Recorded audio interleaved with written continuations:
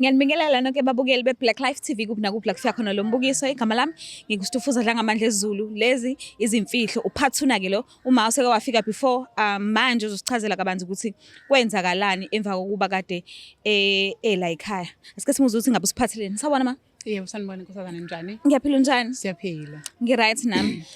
Ngicela nje usikhumbuze ukuthi konje wakade ufike ngani la ka-Black Life TV. Ngangifikile la nganginemfihlo njengakade nginayo.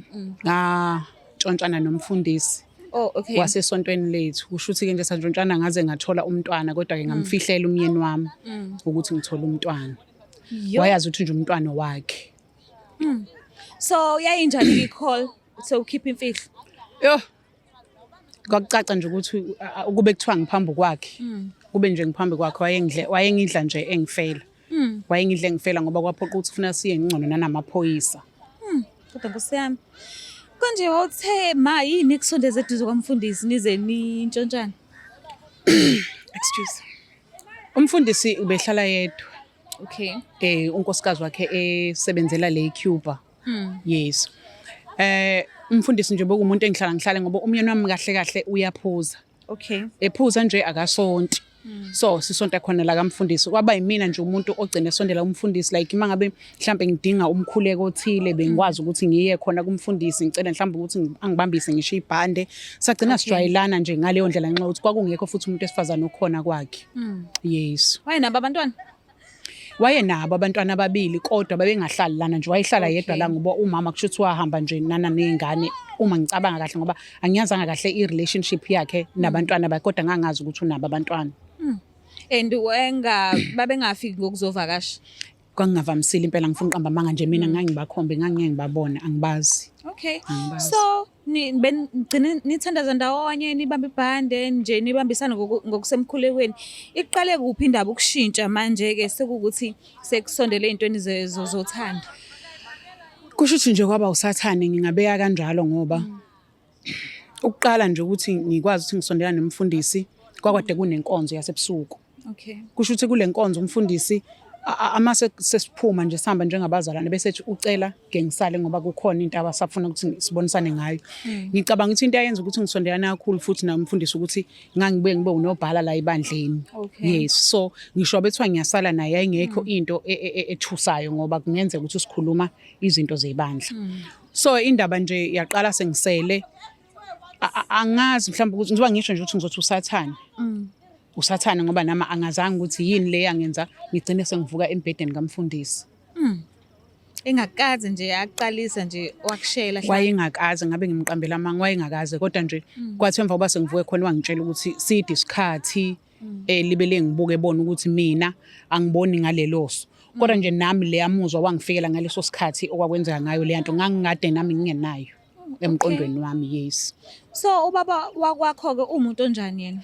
Ulihlaza ngendlela eyisimanga especially uma ngabe esephuzile. Okay. Bese ephuzile nje uvela ungamazi ukuthi ungamqala umthini. Kodwa kahle nje umuntu onothando nje uright kodwa nje mase kukhona into emphazamisayo uhlaza ngendlela eyisimanga. So emva kwekholiki kade usufonile.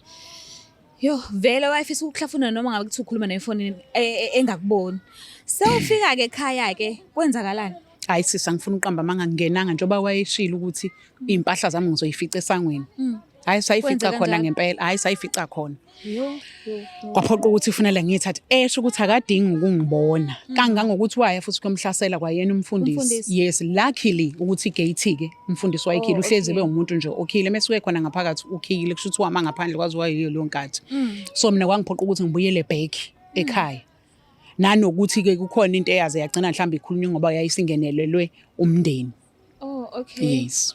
Bathini nje abasemzini mebethola indaba enjena? Hayi nkosazana emzini ke mangabe uphingile.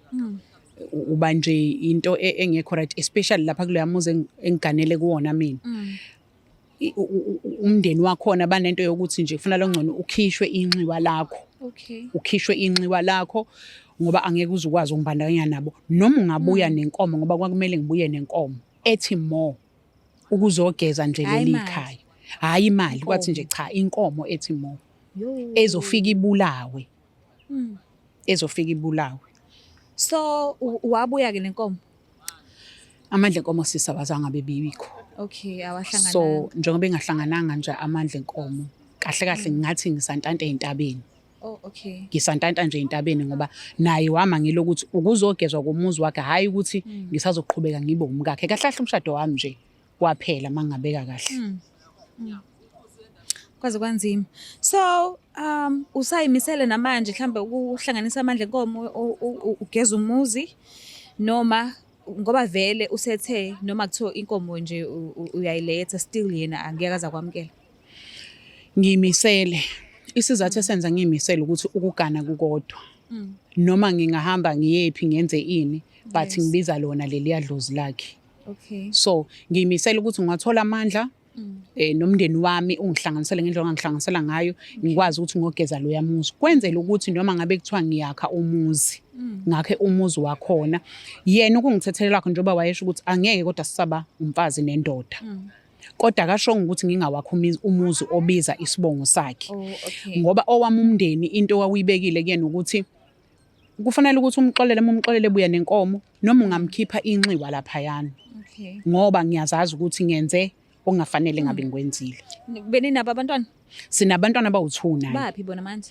Bakhona ngendlela enginamahloni ngisho kubabheya ngabo ngoba ngisho loyana osentwaseni kwakuthwasa kwakhe loyo phela wasusa umsindo. Okay. Kwagcina nje sekuyinto kushuthi naye emcindezelayo. Impilo yabantu abami nje inteke kuyimanje. So usaqhubeka kahle umsebenzi wakhe? Umsebenzi wakhe wasentwaseni awuqhubeki kahle. Ngihlezi ngiyisola nsuku zonke. Ngihlezi nje ngiyisola nsuku zonke ukuthi ukube kuthiwa mhlamba ngingenanga kulesa silingo ngaba akukho njena because impilo yayi-right before.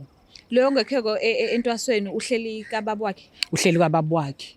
Okay. So mawufuna ukubabona phela ngiyazi wonke umzali uyayikhumbula ingane yakhe. And ngiyayikhumbula. And unawo ama-rights nawo ukubona ingane zakho because ingane zakho.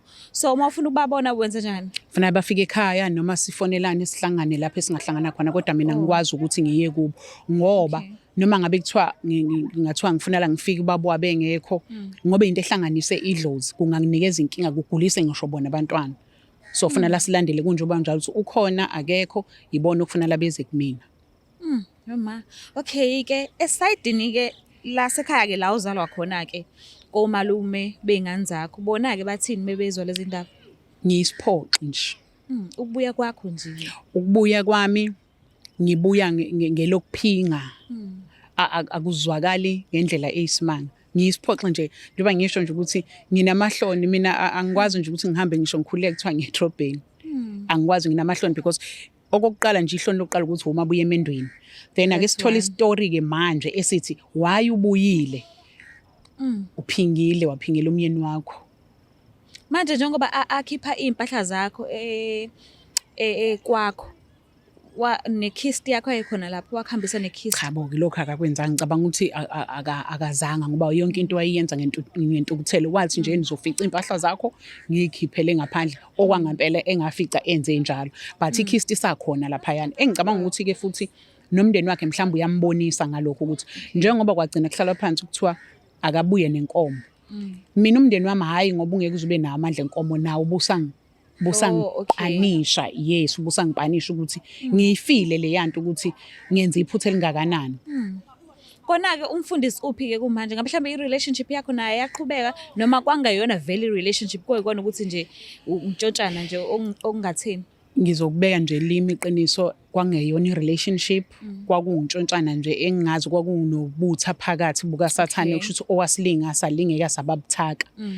Kodwa umuntu futhi engimsola kakhulu kukhona konke lokho imina because umfundisi vele phela wayizoba weak since ehlala yedwa.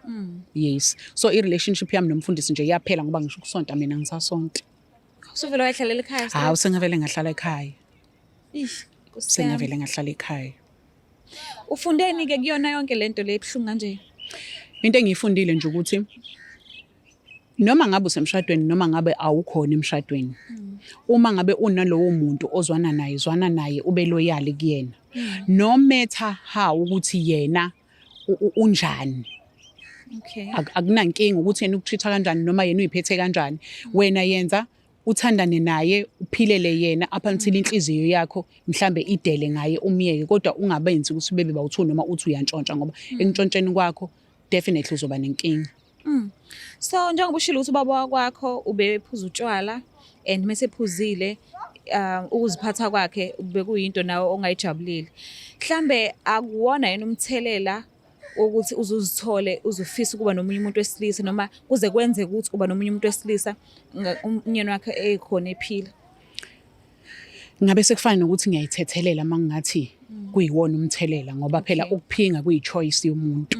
Yes, ngingathi nje kwaba nje ubheda kwami kuphela ngeke ngize ngifake yena lapho ukuthi ngaze ngenza lokho ngenxa yakhe ngoba angaze ngize ngubiza umndeni ngubikele ngokuthi usibanibani unenkinga ukuthi mesephuzile wenza 1 no 2 no 3. Bowuthuli nje. Bengithule sonke lesi sikhathi yes kuze kufike lento engayenza ke yayingalungile. So ungathini kubantu abasabhekana nalento abasayenza namanje usosibashadile but banabantu emaceleni ongakaveli ke okwabo abasantshontsha. Ngazi nje ukuthi iqiniso lihlezi lizovela noma ngabe kuthiwa kungathatha iminyaka emgakanani kodwa lona linayo indlela eliyovela ngayo. So into engiyibonayo nje kungcono ukuthi umuntu ayilungise indlela yakhe kusamanje if ubona ukuthi uhappy la ukhona kulolu uthando lesibili lushiye lolu lokuqala. Kodwa kwabashadile ayikho indlela ngale kokuthi uma usushadile nje uzohlezi uzobiza lona lelo dlozi uma ngabe ke ukholelwa ngempela esintwini. Kahle kahle nje ukuthi uphinge ushadile akukho right. Bowushada umshado onjani? Ngashada umshado wesiZulu. Kuphela hayi umhlophe. Cha, ngishade nje umshado wesiZulu ngoba umyeni wami bewumuntu wesintu. Oh okay. Yes. So ekhambeni kwakho uthola impahla zakho kuphela akukho nje okunye mhlambe? Cha, ngangikhishelwa impahla zami nje. Iyona into engangikhishelwe futhi ke ngangingasanawo ngisho amandla okubuza okunye engangingakubuza vele ke kodwa ngangenazi izinto ezitheni like imoto and stuff cha nganginakho. Kodwa nje ngakhishelwa lokho okwakubhilonga kumina ngaleso sikhathi ngaphandle kwebhokisi ke lokucaca ke. Asinayo remote yokurewind impilo but uma ngase kuthiwa nje kuyenzeka siya rewinda ubungafisa ukuthi okungcono ngabe yini engenzakalanga mhlambe ungabuthiwa singathi uregreta ukuthi ubeseduze kwamfundisi noma ukusonta nje kwakona noma mhlambe lesi senzo lesi sakho osenzile owawusenza. Ukusonta akunankinga ku right. Yes. Ngiregreta ubuthaka bami imina engaba nobuthaka ngoba ngisho ukuba nesikhundla ebandleni akunalutho futhi. Into nje engiyisolayo imina engingakwazanga ukuthi ngibe nomgogodlo oqinile emendweni wami. Ilokho nje kuphela engibona ukuthi ikhona mangingaba nomgogodla nje ukuthi ngime into ngimele inje ngoba injalo ngabe ku right.